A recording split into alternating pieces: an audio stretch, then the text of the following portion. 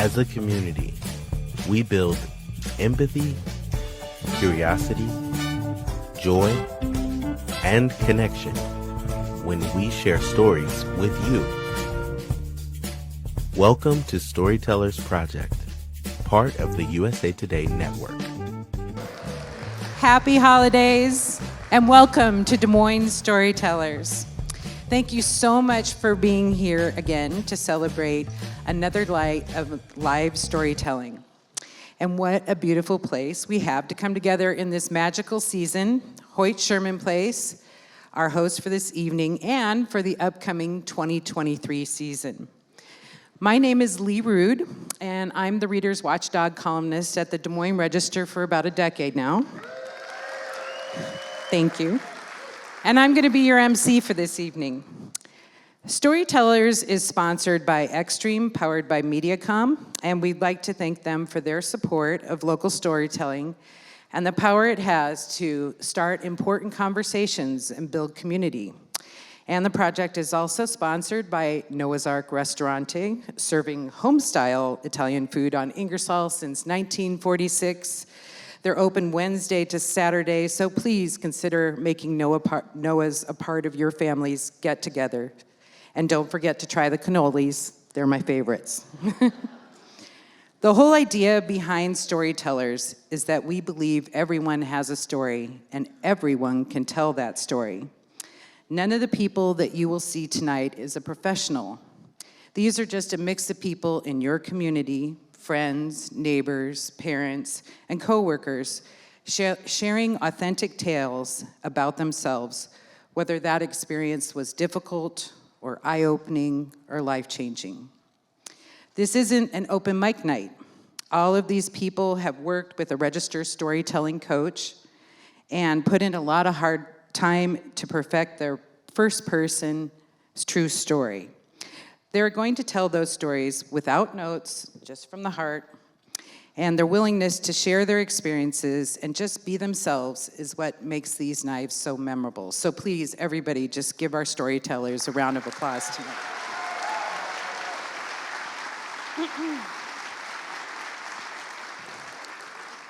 Tonight's theme is generosity. It's one I lobbied for because we can all relate to the moments in life when maybe we didn't know it, but we needed a hand from somewhere, and sometimes it comes from the most unexpected place. It's a great idea to reflect on these kinds of stories at this time of year, after all we've been through, and as we look ahead to what kind of year we want to have in 2023. So please turn off those cell phones, sit back, and just get lost in these stories. Our first speaker is Patsy Shors, who is going to tell us about an unexpected kindness she received years ago when times were simpler from a stranger. It was a bitterly cold, late afternoon, and a fresh layer of snow had fallen in the night, blanketing the city in white. Of course, those were the years when winters were truly winters in Iowa, with a fresh layer of snow on the ground from Thanksgiving to April Fool's Day. It was 1953, and I was 10 years old. My brother, several years older than I, was a newspaper carrier for the Des Moines Tribune. He had a long route, 6 blocks radius around our house, and because of the cold that day, he asked if I might help him deliver the papers. Now, I love my brother. He was smart, funny, and he wanted to be a conductor when he grew up. He was the only one of the 5 of us kids who had his very own room and his very own record player. On rare occasions, he would invite me into his room to watch him practice conducting. Whether it was to the wildly romantic Rachmaninoff Rhapsody on a theme of Paganini or the sublime etudes of Liszt, he conducted with equal abandon. Still, my love only went so far, as I really don't like the cold, and I hesitated It was then he pulled out all the stops. There was a record store at 8th and Walnut in downtown Des Moines called the Des Moines Music House, established 1915. Telephone 3-5551. In 1953, the owner and proprietor was a Mr. Theodore Hotans, but everybody just called him Theo. My brother used to walk several blocks to the Ingersoll bus stop and catch the bus down to the music house, where for 25 cents you could pick out any one of the thousands of 78s Theo had in his store, go into this little glass booth, put your earphones on, and listen to your heart's content until Theo kindly knocked on the glass and your time was up. Sometimes you bought the record, but most likely not. Anyway, being 10, I had never had that lofty experience. So when my brother said, "I'll take you with me on the bus and we'll go," that was it. He had me there. My coat was on and out the door we went. Well, we finished his route in record time, and it was getting dark, like it does early in December. The lights were coming on in all the houses, making us feel even colder. My brother suggested that we hitchhike home. Well, those were the sad days before the very sad, sad disappearance of Johnny Gosh and the Martin boy and the fear of strangers that lurks in every child's heart.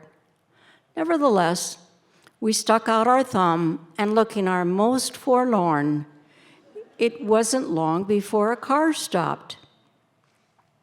Now, I didn't know much about cars. I still don't. But the car was black and squatty, like a Plymouth or something. I bet you brand new that car couldn't have cost more than a couple $100. And the driver motioned for us to get in the back seat. She was old, white hair pulled tight into a bun in the back of her head. And she was dressed all in black. Black scarf, black hat, black gloves, and a black coat, like her very black car. And she was squatty, too. She couldn't see over the steering wheel, so she had to look between the steering wheel to see the road. Well, and when she shifted, she made this kind of grinding sound, like it was really hard for her to change gears. We were so caught up in her driving theatrics that at first we failed to notice the money all over the floor of the car. It was balled and scrunched up like it had been stuck in a sock drawer or something for a long period of time. There was so much money, we'd never seen that much money, much less, as you can imagine, on the floor of a car. Well, we asked if we could pick it up for her, and she said, "No. You kids can have it. I want you to have it." Well, we were raised to be good Catholic children, and we knew that the 7th commandment was, "Thou shalt not steal." If it was a lot of money, it would be a mortal sin to steal. Just a little bit, it was a venial sin. And you could just go to confession. Still, she was giving it to us, so that couldn't be stealing, could it? After several feeble attempts to pick it up for her, we began to stuff it into my brother's now empty newspaper bag. She dropped us off close to our home, and with our profound thanks, we began to shut the door, and she almost whispered, "Merry Christmas." Now, what do? Well, we had to count the money without being seen, of course. Our dog, Lucky, had a big old doghouse in our backyard. it was into that we crawled to count the money. There was hundreds and hundreds of dollars. In 1953, that was a veritable fortune. My brother said, "We need to give this to our mother. She will know what to do." I, on the other hand, was thinking of new skates, a pink comforter for my bed, a glow-in-the-dark globe. As I was fantasizing, I suddenly realized that my brother was not only out of the doghouse, he was halfway to the back door. And who should be standing there but our mother? We were late. Love, for my mother, was sitting down at 6 o'clock sharp to a nice pot roast, saying our grace and giving thanks for those less fortunate. In a sudden paroxysm of guilt, my brother thrust the bag of money into our mother's hands with the explanation of how it came to be in our hands. Without missing a beat, she donned that old gray chinchilla coat that always hung in the hall closet and her sensible stadium boots, and she sloshed her way down Grand Avenue towards St. Augustine's Rectory. I tried to stop her, of course. But I knew once my mother made up her mind, there was no stopping her. Well, being dinner time, the good Father Walker was probably sitting down to a nice quiet meal when the doorbell rang. Without a lot of conversation, she gave the bag to Father Walker with the suggestion that it be used for the poor families of the parish at Christmas time. I did get one consolation prize. My brother, as promised, took me to the music house and let me pick out my favorite record. Well, that was a long time ago, 69 years to be exact. But that's the thing with age. You begin to rewind the clock, trying to make sense of the mystery of your life. Who was the woman in the car? Why had she given us all that money? Why was she driving down 42nd Street at exactly that hour of the night when we needed a ride? You might think she was just a bit eccentric. Maybe she was homeless and lived out of her car. I like to think she was my version of Ebenezer Scrooge's encounter with the ghost of Christmas yet to come. Silent, dressed all in black, a mysterious presence with undefinable features, suggesting that the future is yet to be set, that there is still time. I will never know. I would like to thank her for not only her generosity, but for giving me this most amazing childhood memory, and for really starting a cascade of events that led a young, selfish girl to become a better person. Because while I was thinking of all the toys I would buy, my brother knew the importance of the moment, and with it, a responsibility. And my mother, with her unerring instinct for what was right, and who became my role model for life. The stranger in the car can never know, or would never have known, the impact that one brief encounter, that one night, made on my life. And how often do we, in our encounters with strangers each and every day, know the impact we have on their lives, an impact that might be generous, kind, or maybe not. We will never know. And lastly, to the mystery that beckons us to look up into a starry night sky and to the mystery that lies within, and to never, ever stop wondering. Thank you for your generosity in listening to my story tonight.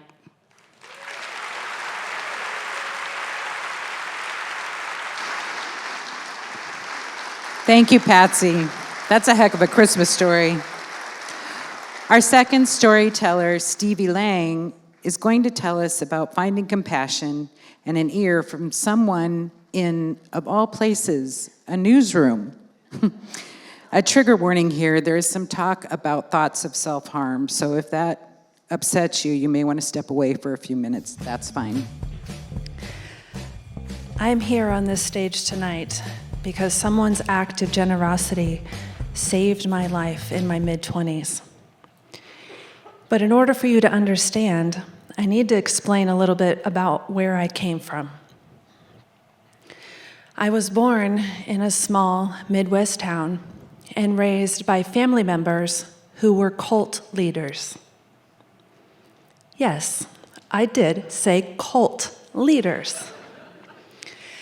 And even though I've been out for many years and I've been estranged from my family since that time, to use that word to describe the paradigm I grew up in still gives me a pit in my stomach. It was a world that was motivated by fear, guilt, and shame, but they called it love and righteousness.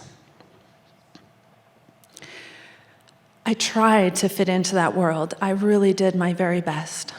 I loved my parents. I loved my family. And I tried to march along to the program. I learned early on how to put on a convincing smile, what to say and not say, what to do and not do, where to be seen and not seen. I left home as soon as I graduated high school, married the first boy I kissed, and had a baby 9 months later. I was attracted to my husband because, well, he was 27 and had a house and a Nintendo and watched R-rated movies and wasn't shy about talking about sex. So my 17-year-old self thought it was a dream come true. It was my ticket to freedom, baby. But it didn't quite work out that way. It turns out that he liked to drink a lot and would often drink to the point of passing out in the basement. He had time for me between video games and work, but was essentially emotionally unavailable. He controlled the bank account, and we shared a car, but somehow he always had dibs. I didn't have any friends, and my family was hundreds of miles away. Our little boy that I love so much wasn't developing typically. It would have been okay for me to live outside the home, or not live outside the home, but to work outside the home. But raising the child and keeping the house were my job. So when my baby was having trouble, I felt like it was all my fault. When I was about 21, I really pushed the doctors to give me some answers, because up until that point, they kept telling me that he was developing normally, but I felt like something was wrong. When other kids were experimenting with language and getting curious about their environment, my child was waving his hand in front of his face, running into the wall repeatedly, and was often humming like a whale. Eventually, we got referred to some specialists, but all they had were labels like pervasive developmental disorder and high-functioning autism. There was really no answers, not much hope, and not much help. I wanted to die because death seemed like a more reasonable alternative to changing my circumstances at the time. Changing my life at that point felt impossible. And at one particularly low point, I distinctly remember sitting on the old, ragged, olive green couch with arms torn apart by cat scratches in the little old messy house. And I had my eyes closed, tears streaming down my face, snot running down my nose. There was a Bible in my lap, and I was crying out to God, please help me. I messed up. I've been trying to be good, but everything is a mess. Please help me. And at that moment, I felt this surge of energy come from the sky, down through my entire body, through my feet. And I thought, God, please help me die or help me change my life. And when I opened my eyes, my little boy had found his way over to me, pulled himself up on my knees, tilted his head, and in my mind, I heard him say, "What's wrong, Mommy? I love you." And I thought, I have to change my life.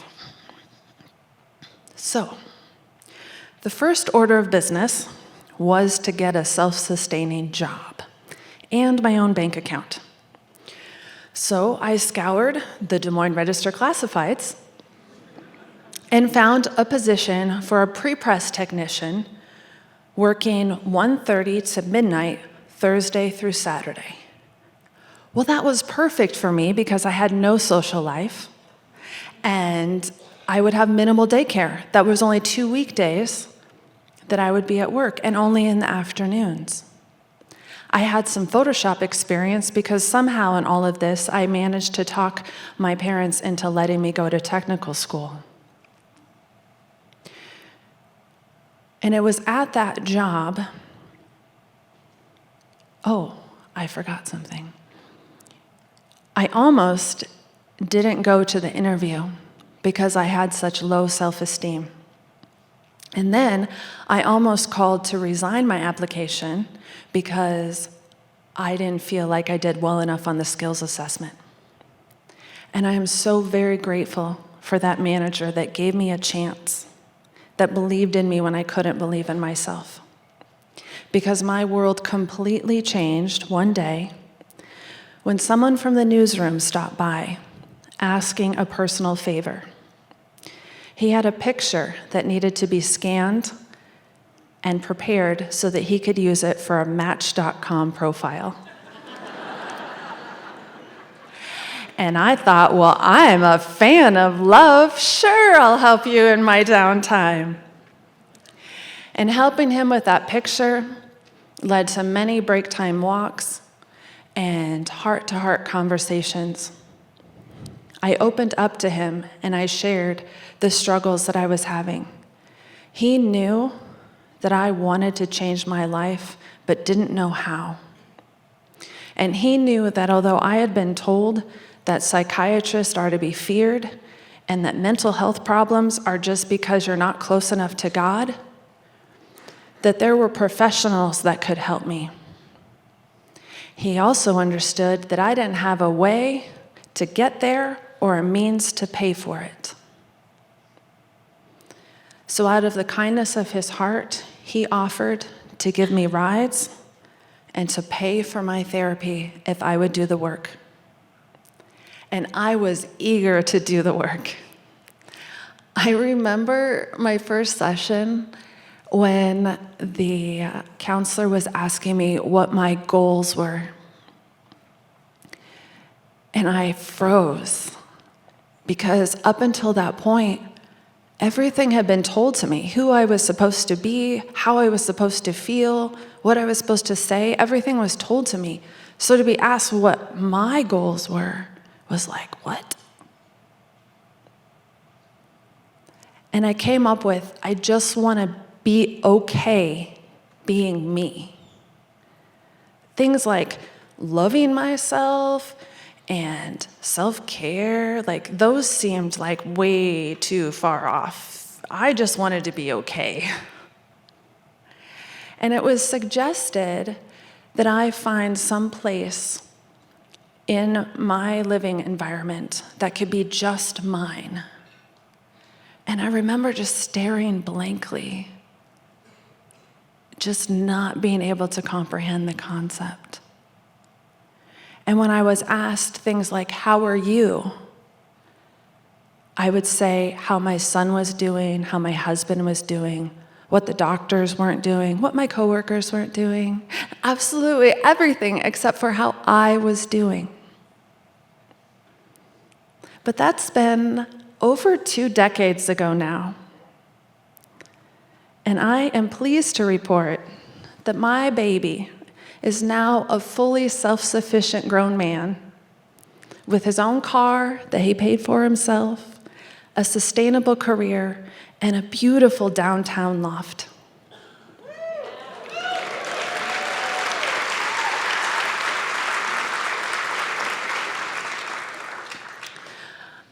I am a life transformation coach, and I help other people that are in life transitions, navigating that sometimes really dark hallway between one way of being and another. And sometimes I support people that are dealing with mental health challenges as part of their treatment plan. Because sometimes what you really need is some love. Someone to just listen and hear your story and make it be okay. I want to make it abundantly clear that my parents are good, devoted, disciplined, dedicated people that have just been doing the very best they could with what they believe to be true. And if it wasn't for them, I wouldn't have come into this world, and for that, I'm eternally grateful. And as for that man who was so generous to me in my 20s, he's still one of my closest friends. And I want to leave you with the message to not let fear or attachment to any kind of social status or relationship status keep you from sharing your heart. Because the greatest gift that we can give one another is loving, authentic, non-judgmental presence. Those things that make us feel weird, like we don't fit in and we don't belong, those are the very things that summarize our uniqueness, that can be the keys to some of our greatest gifts.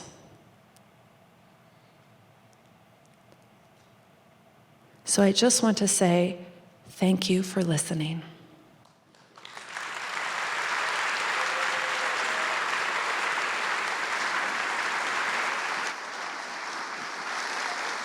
Thank you, Stevie, for showing us that strangers can sometimes help us find ourselves. We have one more story for you before intermission, but first, we want to remind our VIP guests that you have goodie bags under your seats, and in there you'll find some drink tickets that you can redeem at the bar. Be sure to visit our merchandise table for fun t-shirts and other swag. You can also learn there about how to buy tickets for the 2023 season, or visit DesMoinesRegister.com/storytellers. Next up is Guillermo Romano Ibarra, a man who knows a thing or two about the gratitude that can come from one amazing friendship. Thanks. Let me tell you about pain. So if any of you have had to deal with pain in a hospital, you're probably familiar with the smiley face chart. Right? So it's a row of faces with a number underneath, and on one end, it's a very happy, smiling face. And as the numbers increase, you ultimately get a face in total agony, which is a 10.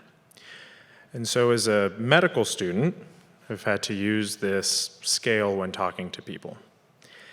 But as a patient, I really hate this scale. And so I really hate the fact that pain gets reduced to a single number. For me personally,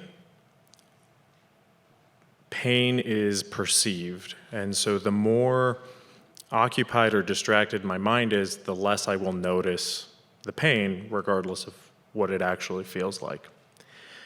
So I know this because I've been living with pain for the last 3 years.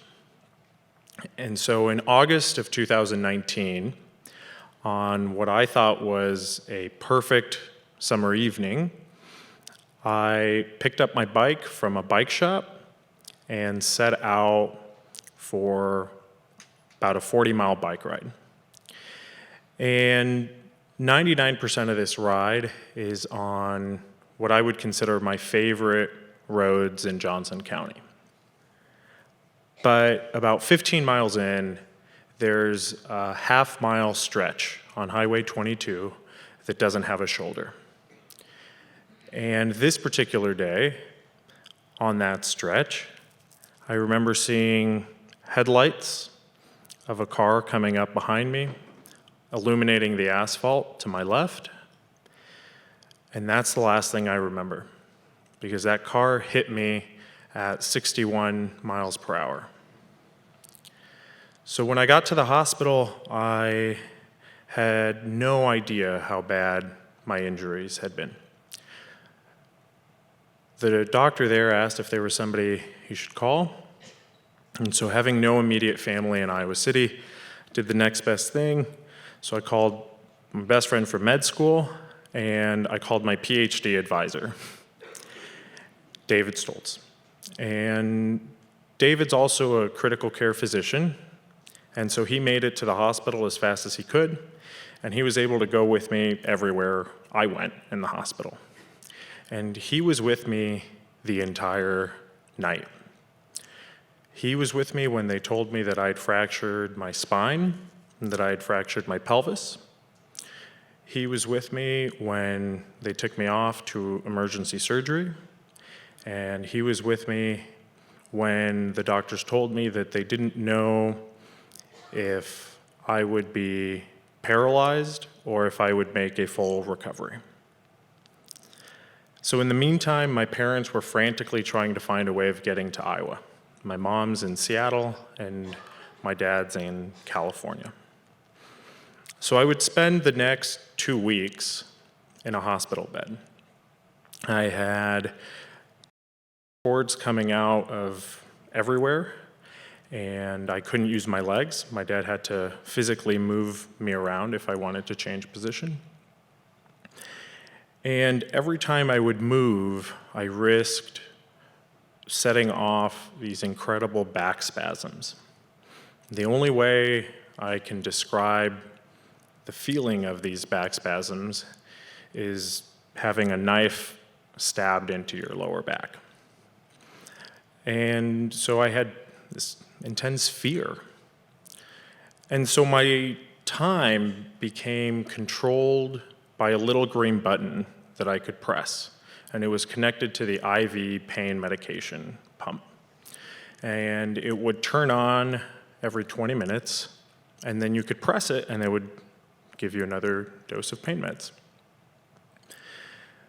Now, through this whole time, even though I was constantly fighting the pain, I also have some fairly happy memories from being in the hospital. And so I was surrounded by my family. So my dad, my mom, my brother were all with me. Even my grandmother and my aunt had flown up from Mexico City. And they helped keep my mind off the pain. They even kept me entertained. And so I remember one time, probably not for our sake, but my brother and I were watching my mom's mom tease my dad.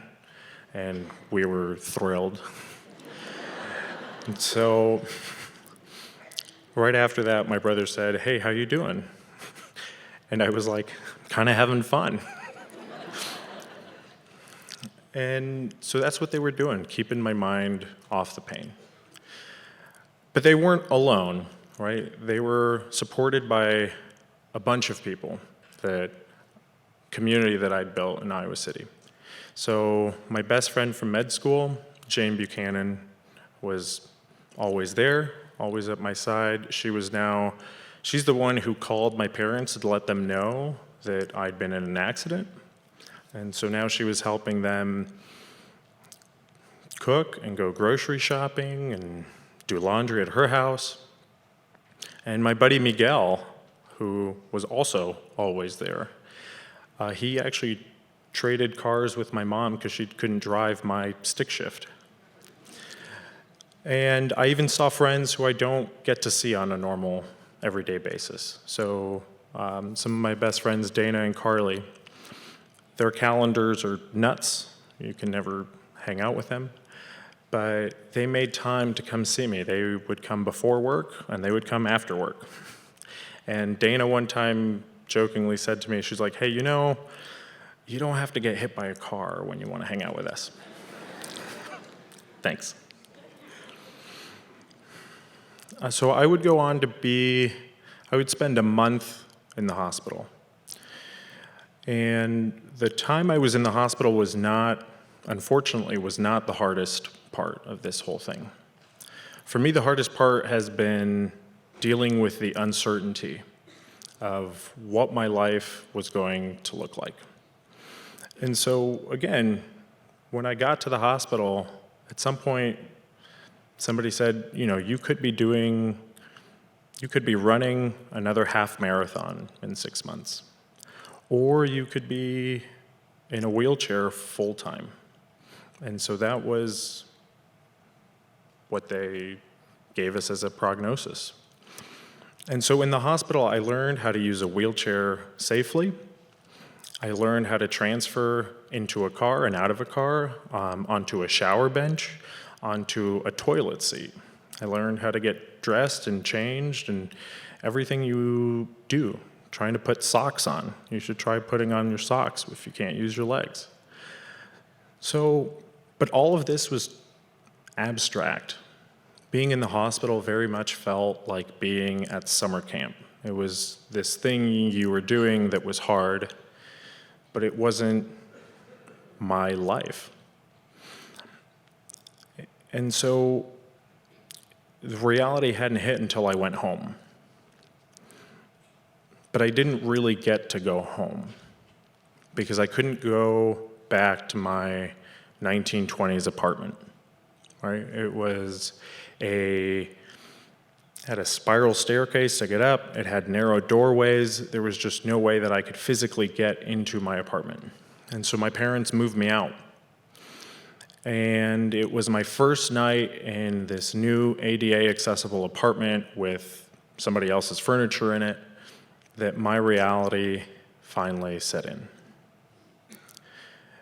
And it was there that I kept thinking back to a conversation that I had had with my best friend, Justin. In our first phone call, after he heard about my accident, he said, "I'm really glad that your mind is okay. From here on out, everything is just problem solving." And it's something that really stuck with me, because it's kind of a weird thing to say to someone, especially after they get hit by a car, and because there was something to it, and Justin's in a really unique place to tell you that.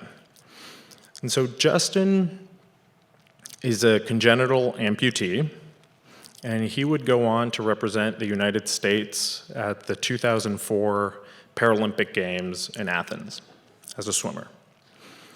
And so he and I actually met swimming on the same club team, but we became really good friends as adults coaching the Shadow Seals. So the Shadow Seals is a swim team for people with physical disabilities. And so at national and international swim meets, Justin and I used to joke that I was the token able-bodied coach, and that I was there to push wheelchairs from one side of the Olympic pool to the other, to carry prosthetics one way to the other, get swimmers in, out of the pool, etc. So yes, it's ironic. And so hanging out with Justin through all these adventures that we've had, you don't really notice, or it can be hard to notice, some of the challenges that he might face in a wheelchair. And he likes to say, I make this shit look easy. And it's true, but that also hides the fact that there's a lot of intentional problem solving that goes on behind the scenes. And that's something that's really served as a really great example for me. And so, for instance, in the first 2 weeks that I was hospitalized and we still didn't know if I'd be able to walk or even stand, my dad thought that I wasn't really processing the magnitude of what was happening. He thought I was in denial. And so he came up to me and he confronted me. He confronted me about it. And I did two things, partly inspired by Justin. The first was I told him, hey, I still have bowel and bladder function. So we might not walk, but we won't be using a diaper. So big win. The second was I was looking at adapted mountain bikes that I'd seen people use. And they're essentially this weird cross between an ATV, a mountain bike, and a tricycle that you can sit on and do crazy and stupid things on. And so this is the kind of thing that I was doing. And part of that perspective was thanks to Justin. And Justin was also giving me tips. And so he's the one that told me to get a narrower wheelchair so that I could fit between doorways and navigate the world easier. He told me that wheelchair gloves are totally lame. And so you should just buy some super glue and super glue your blisters. It's cheaper. And so these are the types of things that I was able to get from Justin. But he didn't always have a magic answer. So this was in August, and so as fall turned to winter, living in Iowa, it started snowing. And so my first snowfall, I realized, wow, this is really difficult. Using a wheelchair in the snow is tough. Even when it gets plowed and you get these little tiny snowbanks, your front wheels can get caught, you lose traction, it's pain. So I texted Justin, trying to figure out, okay, well, how am I gonna do this? And I said, hey, how do you deal with snow? And I was kind of frustrated because his answer was only 2 words, and it was, I don't. So after the initial frustration left, I realized I'm struggling with this not because I'm incompetent or because I'm new to using a wheelchair, but it's just genuinely hard for people in wheelchairs to navigate snow. And so these are some of the things that I was learning from Justin. Now, when I told Justin about tonight's event, and I told him about the theme, generosity, his first thought was, well, where do I fit into this, right? And he's like, all right, you know, your family kicked ass at doing the family thing. Your PhD mentor was great. Jane and Miguel, they didn't jump off the sinking ship. You had friends like Dana and Carly who actively came on board. But Justin was still in Seattle. Our relationship was more or less the same, and it hadn't really changed. And so it took me a little bit of time to figure out how to articulate exactly what I wanted to say. But I think it's this. I think Justin's generosity came long before the accident. It came before me even moving to Iowa. And his generosity came in a friendship and an openness that supported me during a formative period of my life. And it was so strong that it was something I could keep drawing on. Even after I moved to Iowa, I started medical school, I started a PhD. And his friendship, the awesomeness of it was such that it was able to easily accommodate this horrific accident without having to change. And so I continue to draw on Justin's friendship and that reserve, and I haven't found the bottom yet. Thank you.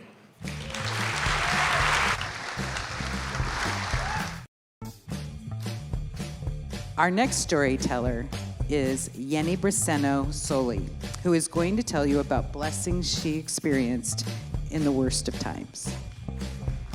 I was about 6 years old, and my sister was 8.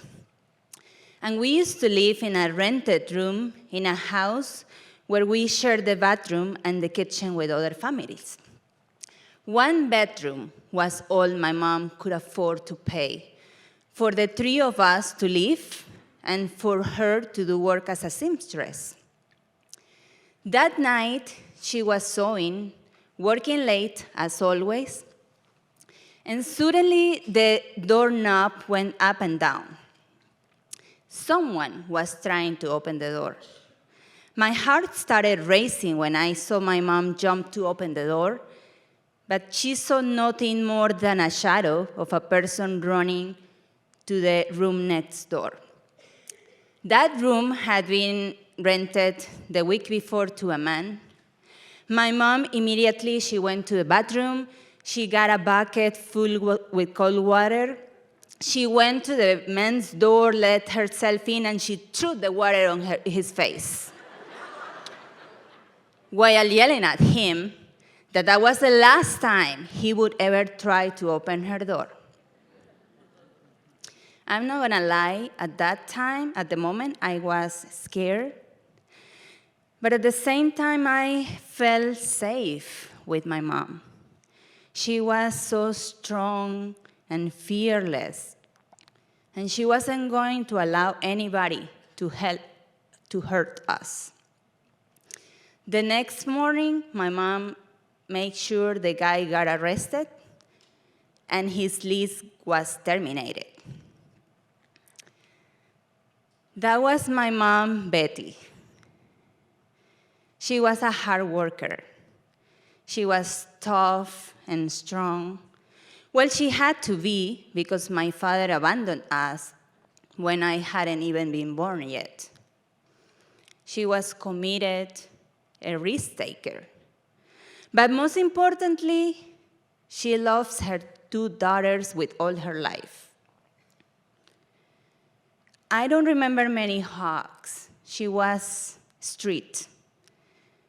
But she kept us under her wings in every storm, making sure we were taken care of, safe, and protected. I am one of the thousands of Venezuelans seeking political asylum here in the US. Because our own country was stolen by a group of authoritarian criminals. Chavez, the dictator, he got absolute power, whether we wanted him there or not. There was a time where I was an attorney, and a criminal prosecutor back in Venezuela. And one day, I was told that the dictator's orders was for me to put in jail the former mayor of the city, who had refused to follow the political party's directions. There was not a real case. There was not a crime. There were no evidence. But they still wanted me to accuse him, to get a conviction against him, and to send him to prison. As I refused to do so, I became the target. And for many years, I witnessed how the regime had sent to prison judges, prosecutors, politicians, and anyone else who was bold enough to oppose them. I knew I needed to leave, or I was going to be the next one going to jail. I fled the country, and I came to the US for refuge. And I know I was very lucky. I was able to escape. But at the same time, I had to face a very big loss when I left Venezuela. I had to start all over again, leaving behind my home, my family, friends, my dog, my profession, my language. I had to start all over again, leaving behind who I was, my identity. And as if that hadn't been hard enough, 10 months after I came here, my mom, who was back in Venezuela, she got a stroke. And she died.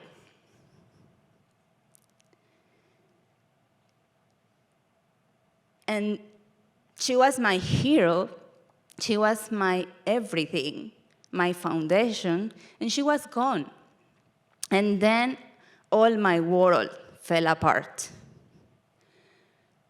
I felt totally alone and lost. I was here alone, and I couldn't work yet because I didn't have a work permit. I didn't have a place to live, nor either money, and I was staying in a friend's house for a while. I could barely speak English, and I couldn't help it when, for instance, at the ice cream shop, they thought that I was asking for a vagina.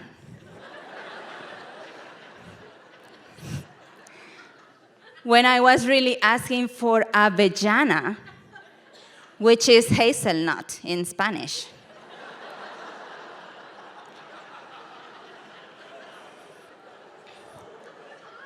And I have a lot of stories like that.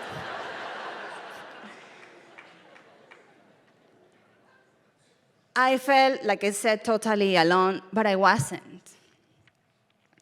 A few days after I got here in Des Moines, in a Toastmasters meeting, I met two of the people who were going to help me to survive the hardest times later, Courtney and Cheryl.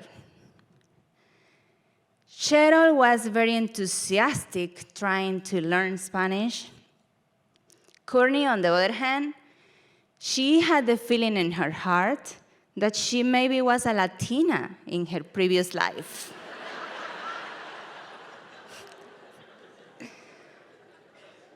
They both were fascinated with the Latino culture, people, and places. They were retired, and their passion was helping immigrants in general. As I saw them very often to help Cheryl with her Spanish and Courtney with her garden, and they were helping me with my English, I started getting closer and closer to them. I started trusting them. I felt protected with them, and I started loving them. I remember one day Cheryl took me out for lunch, and as I was telling her the struggles I was going through, I remember her exact words. She said, "You need a mom here. So from today on, I'll be your mom here." At the time, I laughed because it was kind of like a joke, but those were powerful words, and I saw how they came to life as the time passed by. As soon as my mom died, these two women were there for me in so many ways. Courtney and her husband, Lee, invited me to come to live with them in their house. And they told me, "We are not asking you to pay us anything. And you can live with us as long as you want to, as you need to." They adopted me as their Latina daughter. They even gave me money every month for me to send my family back in Venezuela, who were also struggling and needing my help.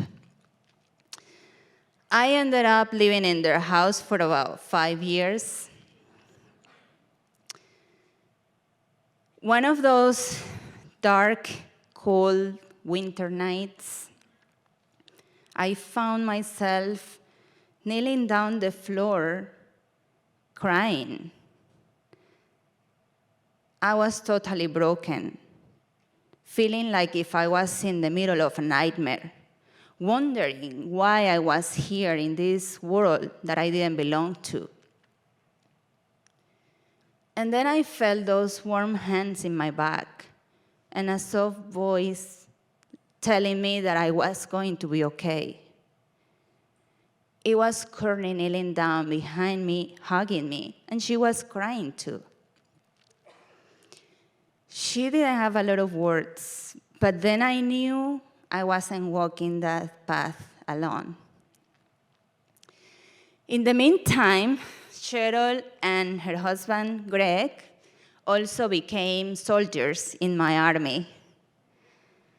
These two women and their husbands, they opened the doors of their houses for me and their hearts.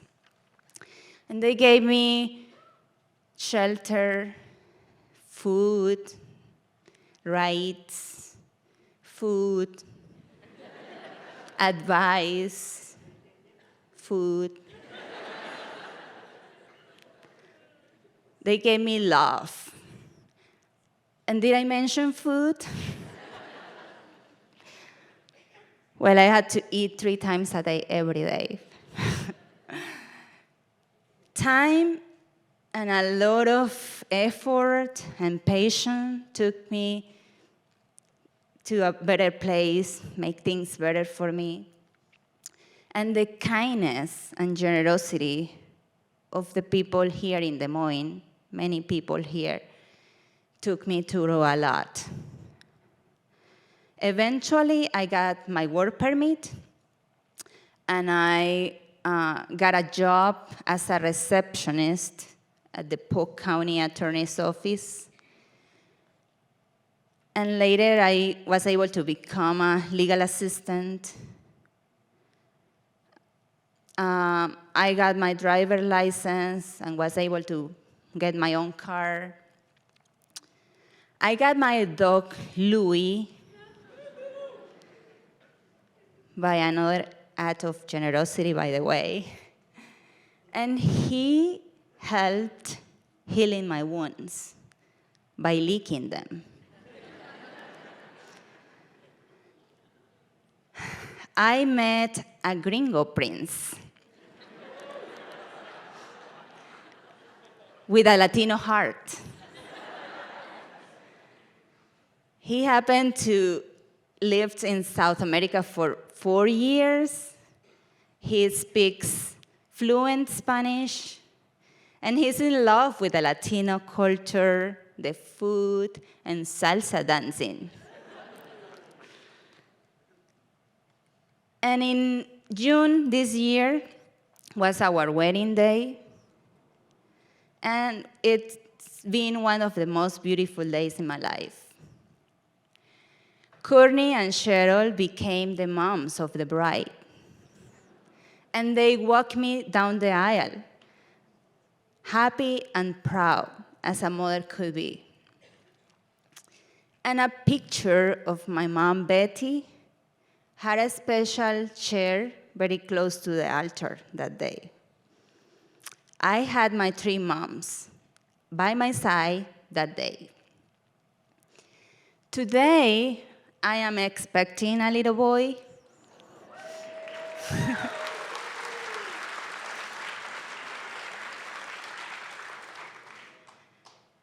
And Courtney and Cheryl are dancing with happiness because they will soon be grandmas.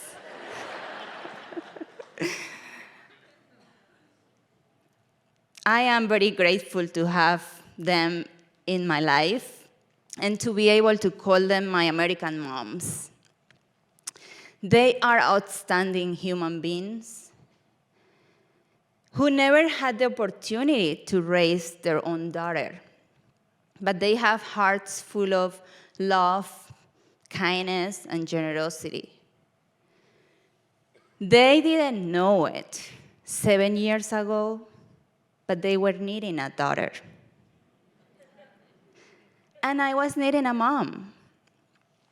And it was pretty magical how our path crossed in the perfect time. The universe conspired in our favor. I am very lucky to say I have 3 moms. That incredible woman who gave me life and raised me to be the person I am today. And these 2 incredible women who brought me back to life when my soul was in intensive care. They are sitting here in the audience, and I want to ask for them to stand. Cheryl and Courtney.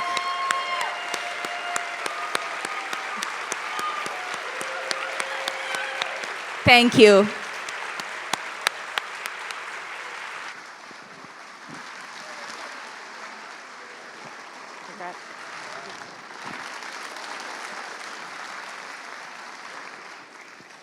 Thank you, Yenny. Pretty amazing story, isn't it? Before I introduce you to our last storytellers, I want to remind you that you can hear all of tonight's stories again on our podcast on iTunes or on Stitcher. And you can watch them on MC22 or read a version in the weeks ahead at DesMoinesRegister.com. And finally, I'd like to introduce you to my coachee, Rusty Johnson,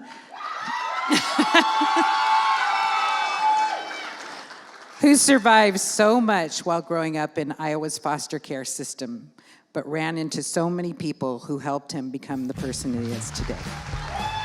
It is my big day. It's 1992, and I'm standing looking out over my new school playground. It's a really small school, actually a rural Iowa school, a graduating class of what? Maybe 35 kids? I'm in 6th grade, and in just the past few weeks, my life has entirely changed. But I'm ready for this change. I have to change because I have a really bad reputation in Oskaloosa. A city of about 12,000 people, Oski is, but compared to my new town, it might as well be New York City. Now, back in Oski, let me just say I really feel for my 4th grade teacher, Mrs. Wilson. I made her wish for an early retirement. And as far as my devout, ultra-conservative religious foster parents, I made their life a pure living hell. But now I'm looking out over this new school playground, and I see new classmates. I see new teachers. I see a new town. Ironically enough, the new town's name is New Sharon. It's a new chance. It's a new start for me. During my first recess, I was so scared, I literally did not open my mouth. I stayed silent. Little did I know that my silence would only make all of the sixth grade girls wonder who was this mysterious boy. And then in class, I would get passed a note, and it was from Sarah.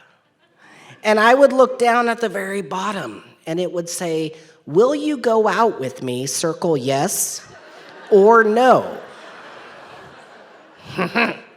I would grab a pencil and I would write maybe, and I would circle that. There was another reason that my popularity was growing so quick, and that was because of Miss Brickley.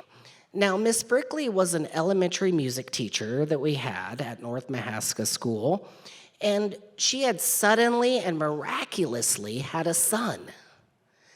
The kicker, I was her son. She had taken me in as a temporary foster kid until the state could find something else to do with such a troubled kid. Little did they know that Miss Brickley and I, we would form a bond. And she was also one of the only few that was willing to put up with my shit. Bless her little soul, standing only 5 feet tall, and that's if she wore 4-inch heels. We actually looked eye to eye when I first moved in with her. With all of this, there was only one thing that I wanted, and that was to be with my mom. Now, I knew that my mom had problems with this thing called alcohol, and I knew that she had other problems that I didn't quite understand. I was used to seeing the police and ambulance lights flickering from my childhood home windows. I saw my mom with her beautiful silk nightgown flowing in the wind. It was like a scene from the movie, except for she was standing on top of her house. I was used to running to the neighbors or spending so much time, my sisters and I, we spent so much time at the neighbors, like the Schumans, down the street, and I didn't understand why. Why did my second grade teacher have to scrub me clean to the point where I was raw before school started? Or why did my sisters and I have to jump out of my second-story bedroom window just to be at school an hour late? I didn't understand any of this. But what I did understand was my mom, she was my mom. She was a mom who could call squirrels, rabbits, deer, butterflies, birds, and they would literally come to her. She was a mom who was a nurse and once found a kitten drowned in a backyard pool and gave mouth-to-mouth CPR to the kitten. A mom who explored me or encouraged me to explore the entire world or my little neighborhood and bring back all the blingy things I could find, and she would gleam eye to eye and she'd call me her little eagle eyes. Even when I was in foster care, she sent me cards and cards and letters. She would call me every Wednesday night. Now, the calls would have to be done at 7:55 p.m. because she had to get to her TV in time to watch Home Improvement. Or sometimes the calls would be done when I heard the operator say, "Please insert 25 cents."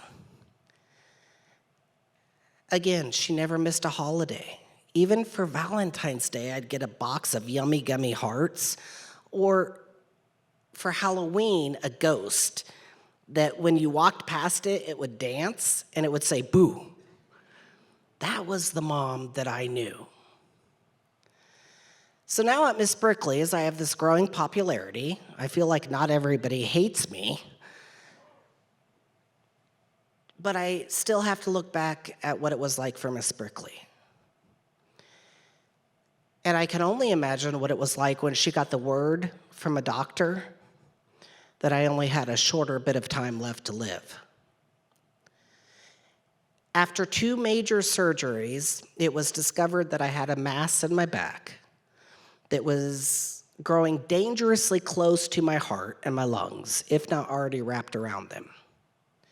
It was like having a hot water bottle inside of you, but instead of being filled with blood, instead of being filled with water, it was filled with blood. That's what it was like inside of me. Even the University of Iowa, they didn't know what to do. They had never seen something like this. For months, I went through experimental treatments. At school, I would wear a compression vest underneath my clothes that was meant for a burn victim. I was just a kid. I was surviving. I don't even remember the life expectancy being that big of a deal to me. The only option to save me was in Denver, Colorado, and by Dr. Wayne Yakes, who is the very doctor who invented the surgeries that would eventually save me. Now, I still think it's pretty cool for me to brag and say that my doctor's the one who invented the surgeries that are now practiced all throughout the world. To save me every single month, I would need to fly with Miss Brickley, or later on other foster parents. I would need to fly every month from Iowa to Denver, Colorado, and do that for multiple years for surgeries. Who paid this? Who paid to have me saved? Well, financially speaking, it would be the state of Iowa and the taxpayers, but there were so many others who contributed too. Once when we got back from a surgery, Miss Brickley frantically called a neighbor across the street who happened to be a nurse because a hole in my back opened up and caved in where you could see the inside of my back. What about all the teachers and the staff who were on constant standby to take my blood pressure if I felt weird? All of the teachers went to my defense when I was being bullied and picked on in school because I was excused from physical education, from PE. Other kids didn't think it was fair, but these teachers knew that if I was hit in the back in the wrong way, my back could explode. And before anybody could call 911, I would be dead. I think the worst part for the teachers to put up with was my gas. Yes, I said gas.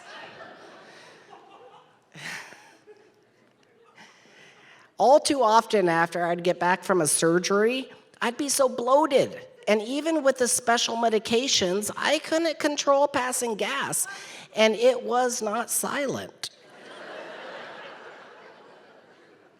All I can say is thank goodness I was a little bit of a jokester, and thank goodness I had teachers that were willing to turn up the radio in study hall. But during all of this, I still had my guiding light, which was my mom. The thing that kept me going. Every month, a social worker would come, pick me up from Miss Brickley's, drive me down to the big city of Oski, pick up my sisters, and then 30 minutes further to a supervised visit with my mom. It was during one of these visits that my mom gave me a special gift. As I unlatched the case that was sat before me and I opened it up, there in sparkling gold was a saxophone. Now, I loved me some bling, as if you can't tell. Loved me some bling, but with this gift came a couple of conditions. Now, my mom had already called Miss Brickley and arranged music lessons, but the other condition was that I had to become one of 2 things. Either I could become a doctor, or I would have to become like a man that my mother had an unhealthy obsession with by the name of Kenny G.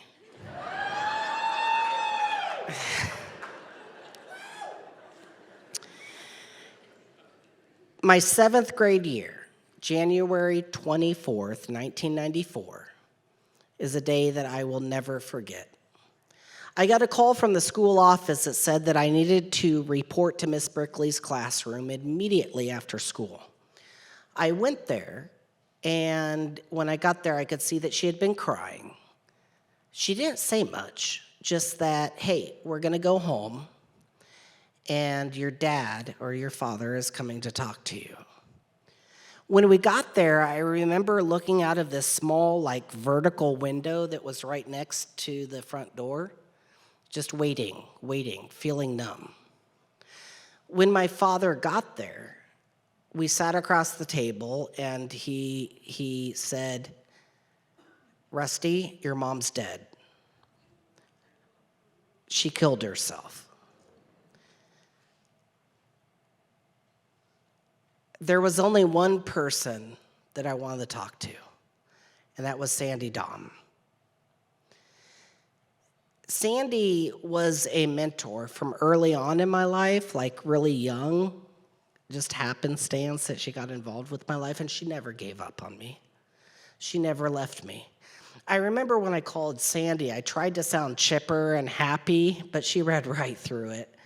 And I remember saying, "My mom," and that's all I remember. Recently, I found my mom's funeral book, and I opened it up. I was so touched to see in there 15 plus 7th grade signatures in there. Yes, all from my junior high class that loaded up in the driver's ed station wagons and drove down to the big city to support a classmate who had just lost their mom. Now, after this, when I took to the saxophone, I took to the saxophone. Miss Brickley, she never had to remind me to practice. And maybe I did it because, I wanted to keep my mom's memory alive. Or maybe I did it to fulfill the promise of possibly becoming Kenny G. But with the help of Miss Brickley and others, I went on to become a full-time saxophonist, playing with names and being with names I could only imagine, touring the country, the world, even doing a full-time residency in Shanghai, China. I eventually left Miss Brickley's in attempts to be reunited with a couple of my sisters in another foster home. I left that foster home shortly after, and then into another home who just opened their doors until I could age out of foster care. And from there, I went on to a lot of uncertainty. But I do know this. I know that if it wasn't for those who showed me generosity and support, past and present, I wouldn't be where I'm at. I'm one that has been said, I say this a lot, but it takes a village, and it really does. I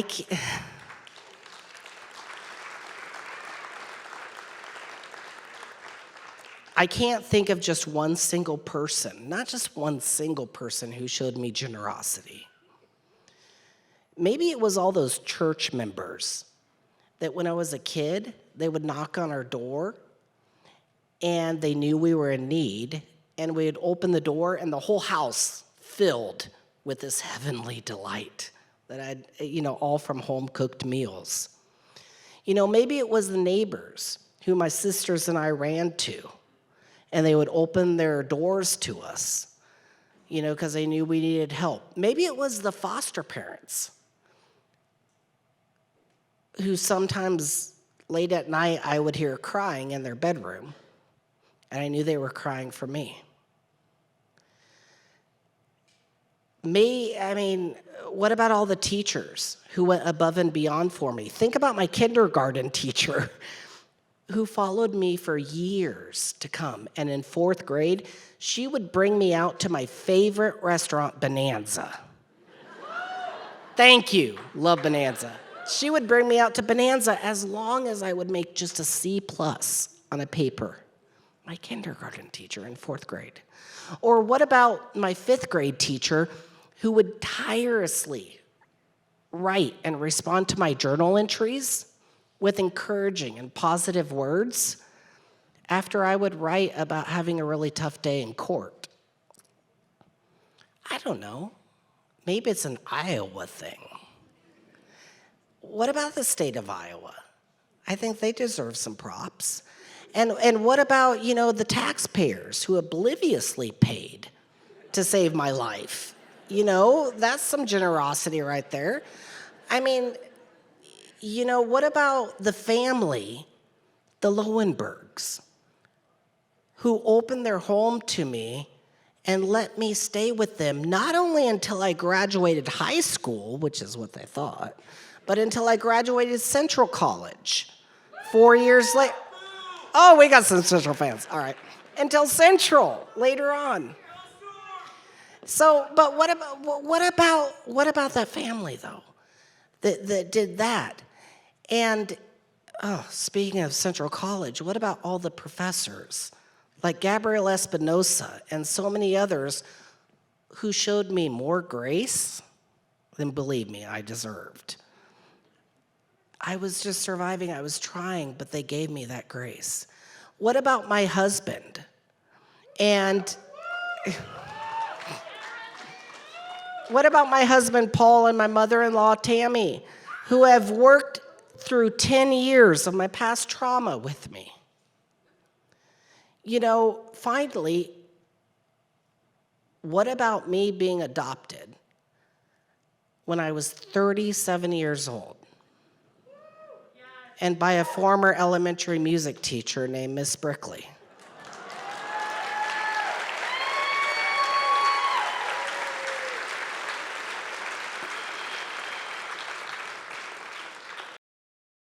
Do you know this? I know that nobody knows how to stand on their own 2 feet if there is no floor. I am so grateful and thankful that I had people, a village, that was able to help me build my floor.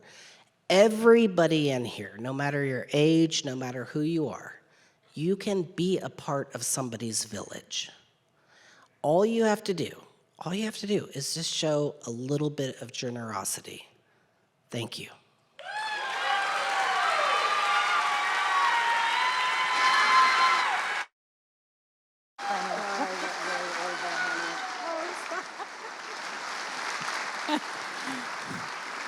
Thank you, my new friend.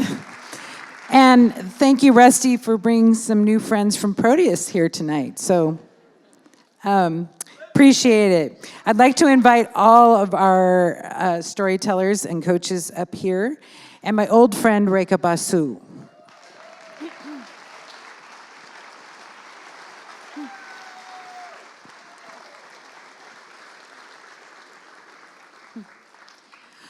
We're really excited to be returning to Hoyt Sherman Place in 2023 for yet another season. We'll be offering 3 shows next year.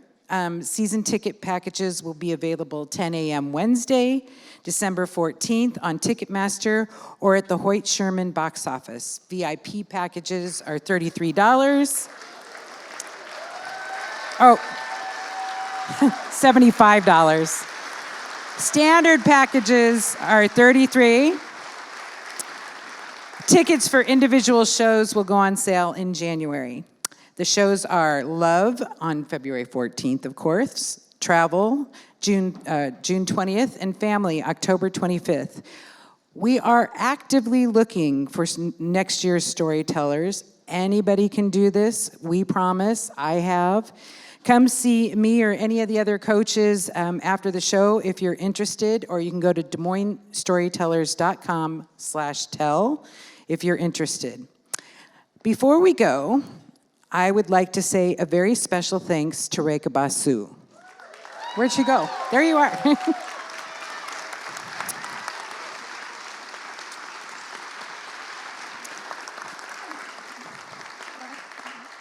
Reka retired this month after 30 years of amazing opinion writing in what she has always called her dream job.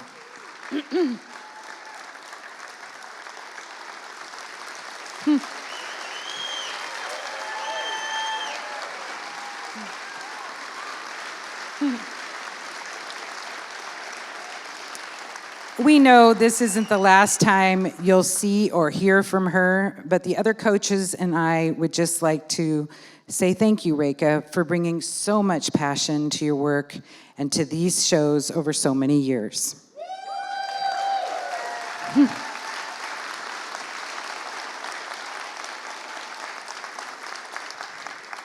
She's just been a really incredibly bright star, and we're going to miss her on this stage, if not in the audience. Okay.